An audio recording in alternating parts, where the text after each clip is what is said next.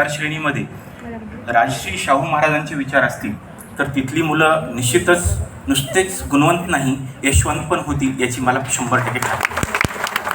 आता अगदी वेळ कुणाकडेच नाही आणि वेळ कुणाकडे असूही नाही देशमुख सर, कारण वेळेची किंमत कळणं हीच आपल्या विकासाचं लक्षण आहे. पण त्यासोबतच थोडासा संयम आणि धीर पण असायला हवा, हे माझं वैयक्तिक मत आहे. या ठिकाणी जे न्यू ग्रॅज्युएट्स आहेत आणि जे डॉक्टर म्हणून बाहेर पडतात त्यांचं अगदी मनापासून अभिनंदन.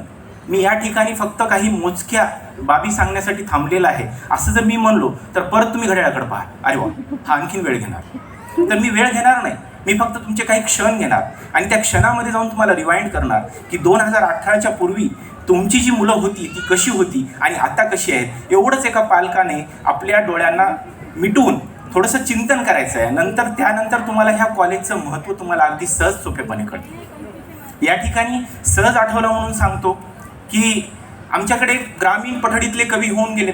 मला पुणेरी भाषा बोलता येत नाही म्हणून मी सहज मराठवाडी भाषा बोलतो, कारण मी मराठवाड्यातला आहे. आणि त्या रविचंद्र हडसनकर सरांची एक कविता मला आठवते. तर त्या रविचंद्र हडसनकर सरांच्याकडे एक म्हातारी आहे. ती म्हातारी एका झोपड्यात राहते आणि श्रावण महिना असतो आणि ती म्हणते की श्रावण महिना आला की माझी झोपडी गळू लागते टप टप. श्रावण महिना आला की माझी झोपडी गळू लागते टप टप. आता तुम्हीच सांगा गरिबानं कुठून वरकापाला आणावा आणि ह्या झोपडीची छिद्र बुजवावी. अशी झोपडीत राहून सुद्धा महालाची स्वप्न जी पालकं पाहतात आणि मुलांसाठी त्याग करतात ना, त्यांचा आज हा विजय.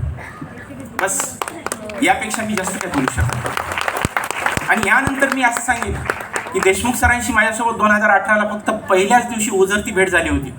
माझी भाची या ठिकाणी या कॉलेजमधून आयुर्वेद ग्रॅज्युएट होत आहे, त्याचा मला सार्थ अभिमान आहे. मी तिच्या वतीनं तिचं मनोगत आणि माझ्या पूर्ण कुटुंबाचं मनोगत या ठिकाणी व्यक्त करण्यासाठी उभा आहे. घरात अशी पुष्कळ माणसं असतात प्रत्येकाच्या की ज्यांना डॉक्टर व्हायचं असते पण ते होऊ शकत नाही. आणि मग ते स्वप्न कोणात पाहतात तर त्यांच्या येणाऱ्या पिढीत पाहतात. जसं राजमाता जिजाऊनं पाहिलं होतं की मी ह्या सगळ्या पाच शहांना नमवेल आणि माझ्या पोटी एक असा पुत्र निर्माण करेल की जो स्वराज्य निर्माण करेल. असं ज्या जिजाऊनं स्वप्न पाहिलं होतं तशा असंख्य जिजाऊ या ठिकाणी आहेत, असे असंख्य शहाजी या ठिकाणी आहेत आणि त्यांच्या पोटी आलेले हे जिजाऊच्या पोटी आल्यासारखे हे शिवबा या ठिकाणी आहेत. त्या ठिकाणी ताराराणीसारख्या मुली आहेत. तर मी एक सहज आठवलं म्हणून परत एकदा सांगतो. एक मुलगा एका गुरुजीकडे जातो आणि तो खूप नाराज असतो आणि तो काय म्हणतो बघा, कपडे होते करदमलेले पावसात आला कोणी, क्षणभर बसला मग बल्ला आणि हसलावरती पाहून, गंगामाई पाहुणी आली गेली घरट्यात राहून. गुणाने कसे राहील माहेर वाशिन पोरीसारखी 4 भिंतीत नाचली, रिकाम्या हाती जाईल कशी बायको फक्त वाचली. खिशाकडे हात जाताच पटकन उठला, देशमुख सर हे तुमच्यासाठी आहे. खिशाकडे हात जाता पटकन उठला, पैसे नकोच सर जरा एकटेपणा वाटला. मोडून पडला संसार तरी मोडला नाही कणा, फक्त पाठीवरती हात ठेवून लढ म्हणा. तुम्ही या विद्यार्थ्यांना फक्त पाठीवरती हात ठेवून लढ म्हणा.